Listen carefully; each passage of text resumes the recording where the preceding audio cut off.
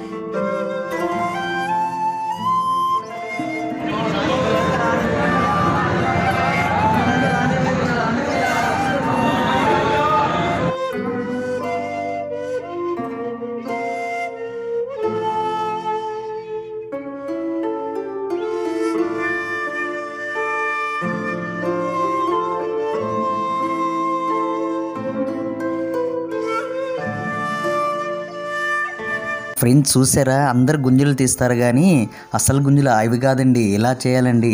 చూసారా, చేతిలో నేలకి తాకుతూ మా ఫ్రెండ్ సీన్ తీస్తున్నాడు. చూసి మీరు కూడా నేర్చుకోండి. అది కాదండి చెప్పండి కోరికలు చెప్పాలి మనకి. శ్రీనివాస నాయుడు అంటే కరెక్ట్గా అది తీయలేదు, అది తీసిద్ది రే, నీ జాతకం బయట పెట్టింది రే, భయపడబాకు. మేము తెలుసుకుంటే డాక్టర్ గారు నువ్వు ఫ్రీ చెప్పాలా. మళ్ళీ ఏమొచ్చింది, ప్రయాణము కూడా తిరుమల ప్రయాణం కూడా ఉంది కదండి మీకు. చెప్పారా, తిరుగులేదు ఈ సంవత్సరంలోనే ఉంది. 2020 డిసెంబర్తోనే కొన్ని చర్యలు పోయినాయి. 2021 మళ్ళీ మీకు ఈ సంవత్సరం మళ్ళీ విజయదశమి లోపు విజయాన్ని సాధించాలి మీరు, దసరా లోపు. అయితే కొన్ని నూతన వస్తువులు కూడా కొన్ని స్వాధీనం చేసుకోవాల్సిన యోగం ఉంది. నూతన స్వాధీనం అంటే సొంతం మాత్రం కొంత కనకము బంగారములు కూడా కొంత అనుకూలం ఉంది. నీ పేరు మీద సందేహం లేదు నీకు. అయితే మానవుల ఒక సహాయం కన్నా కూడా భగవంతుడు సహాయమే నీకు ఎల్లప్పుడూ. అయితే నీకు ఉన్నంత వరకు తినే అన్నానికి కట్టే వస్త్రానికి మాత్రం ఎప్పటికీ లోటు ఉండదు. నీ శైవులు ఎవరికి చూపించుకోవాలి. దెయ్యాలు భూతాలు దోషాలు రకాలు కూడా ఇలాంటి ఏమి లేవు. భగవంతుల సంకల్పం బాగుంది నీకు. రేపు నుంచి నువ్వు చెప్పాను కదా, మళ్ళీ నీ పేరు మీద మహాపారవ శివరాత్రి, మహాశివరాత్రి. పిల్లలు ఎంతమంది ఉండొచ్చు? ఆయన పేరు మీద చెప్పాలంటే సంతానములో కూడా దేవుడు ముగ్గురిని పెట్టాడు. ఇద్దరి వల్ల అదృష్ట భాగ్యం, ఇద్దరు జీవుల్లో వెలుగు, సందేహం లేదు. ముందు పెళ్లి పుట్టి ఫస్ట్ అయ్యా పెడితే పుడితే పురుడు, పెరిగితే పెళ్లి అత్యధికం మానవుడికి ఉండేది. దీంట్లో రాజే ఉండరు. అర్థమైందా? నీకు చెప్పింది కూడా సంతాన ఫలితార్థంలో కూడా చెప్పాను నీకు. సందేహం లేదు నీకు. వచ్చింది వెంకటేశ్వర స్వామి వచ్చాడు, అనుకున్న ప్రయత్నాన్ని విజయం చెప్తున్నది. మళ్ళీ నీ పేరు చెప్పాను కదా శివరాత్రి పైన. ఆ ఫ్రెండ్స్ చూసారా, మా తమ్ముడు ఎంత శ్రద్ధగా వింటున్నాడో జ్యోతిష్యం. లక్ష్మి గురించి పెట్టిండు. అవునంటే అవును చెప్పు, కాదంటే కాదని చెప్పు. కానీ పెద్దలు కట్టింది కాకుండా స్వయహస్తాలతో గృహ నిర్మాణం విధానం చెయ్యాలి. మీ చేతితో చేశారా? అయ్యా బాబాయ్, మా ఫ్రెండ్స్ నన్ను కూడా ఇరికిచ్చారండి జ్యోతిష్యం. నాకైతే టెన్షన్ ఉందండి. ఆ చిలక జ్యోతిష్యం ఎలా ఉంటుంది, మామూలుగా ఇవి నేను నమ్మను, కానీ నాకు నమ్మనట్టుగానే అలాంటి కాగితాలు తీసిందండి. ఒక రాక్షసుడి బొమ్మ, అంటే దిష్టి బొమ్మ అంటది. చాలా చేస్తుంది నీది జీవితం పెద్దది కదా నీదే. ఎప్పుడు నెరవేరుతాయి చెప్తాను. గంగాధరరావు నీ జాతకములో వచ్చిన ఇక్కడ చూడు నువ్వు.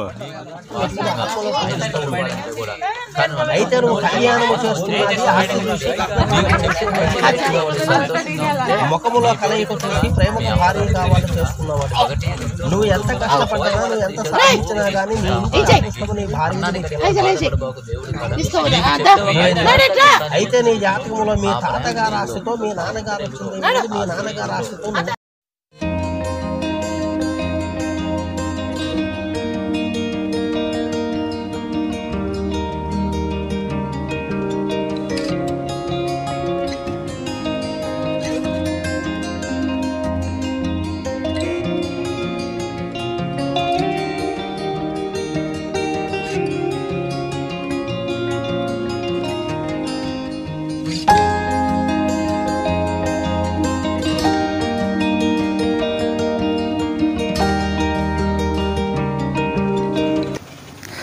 ఫ్రెండ్స్ చూసారా, మా ఫ్రెండ్ సీను ఇంతకుముందు చూసారుగా చిలక జ్యోతిష్యం చెప్పుకుంటున్నాడు. అది దాని మీద ఇంకా పూర్తి విశ్వాసం లేదేమో. ఇప్పుడు హైటెక్ జ్యోతిష్యం మీదకి వచ్చాడనమాట. ఏదో తన జీవితం గురించి, భవిష్యత్తు గురించి తెలుసుకునే ఉత్సాహంతో చూసాడుగా. ఎంత ఏదేదో బాగా చెప్తున్నట్టుంది, పాజిటివ్గా చెప్తుందండి ఎవరికైనా. అది బాగా శ్రద్ధగా వింటున్నాడు చూడండి. హైటెక్ జ్యోతిష్యం సీనుకి తన భవిష్యత్తు గురించి తెలుసుకోవాలని ఉత్సాహం అన్నమాట. అబ్బాబ్బా.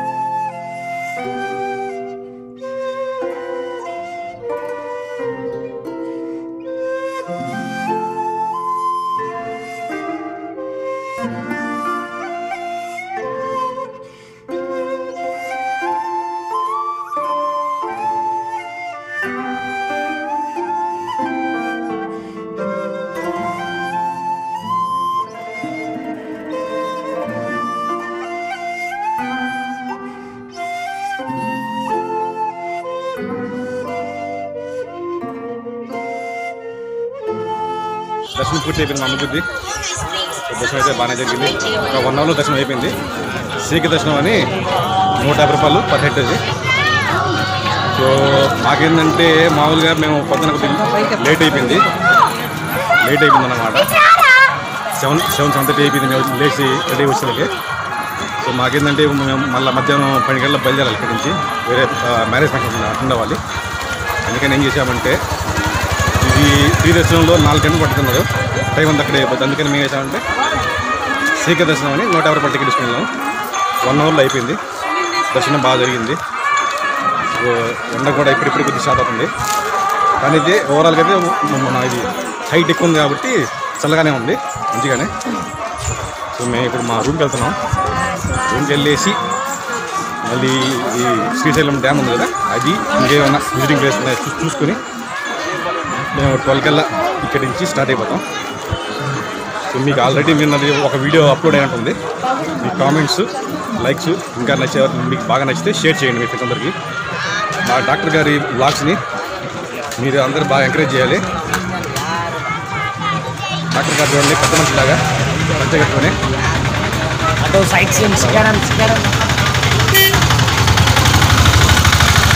డాక్టర్ గారు దర్శనం ఎలా జరిగింది?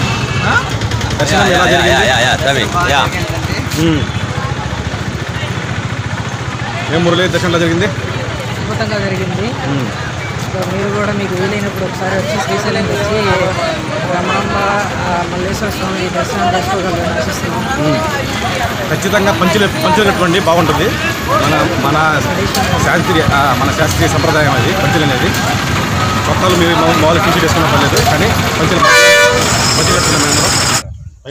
Hi friends, so Srisailam trip ముగిసింది. ఇప్పుడు మేము రిటర్న్ అవుతున్నాము, మ్యారేజ్కి వెళ్ళాలి మధ్యలో. సో ఇదే మా లగేజ్ అంతా మొత్తం సెట్ చేసుకున్నాం. ఇంకా ఫుడ్ కూడా ఇక్కడ తినట్లేదు, వాళ్ళు ఫోన్ చేస్తున్నారు అక్కడికి రమ్మని. అవును, లేదంటే ఇక్కడే మేము సత్రంలో తినేసి వెళ్ళాలని ప్లాన్ ఉండింది. కాకపోతే ఇంకా వాళ్ళు అర్జెంట్ రమ్మంటున్నారు. ఇంకా త్వరగా ఇంకా కొన్ని చూడాల్సి ఉంటుంది, కానీ చూడలేదు. నెక్స్ట్ టైం వచ్చేప్పుడు అవి కూడా చూస్తాం ఖచ్చితంగా. టైం లేదు, ఏమనుకోదు. Okay, thank you. Bye bye bye bye bye bye Srisailam. Okay bye. Okay bye.